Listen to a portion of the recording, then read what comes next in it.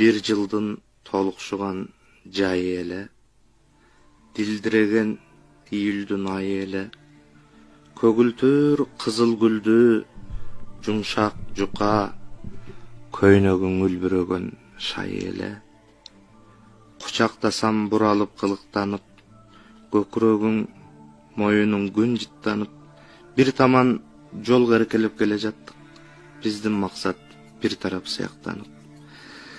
Кызыл көгүн батыш жак оттой жанып, кыналыштык байкоостон токтой калып, чоочуркаган сезимдер үйүр алып, чопулдаш териндер чоктой жанып, айланады тыңшадык анан, азгырыктан кайрылып араң, чегирткенин, баканын, жел аргынын, үнү калды жүрөктү жаралаган.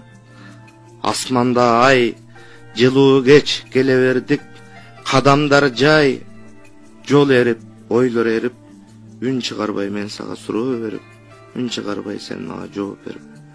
Сени коңшу айылга, мени шаарга, өктөм тагдыр ыргытты акырана, биз бараткан таман жол асфальтталып, бирде жери окшобойт азырага. А сени көрүп түшүмдө жаңы гана, селттей түшүп ойгондум ушул таңда, балким сен да түш көрүп, эми туруп, жаткандырсың чай берип жанагыңа.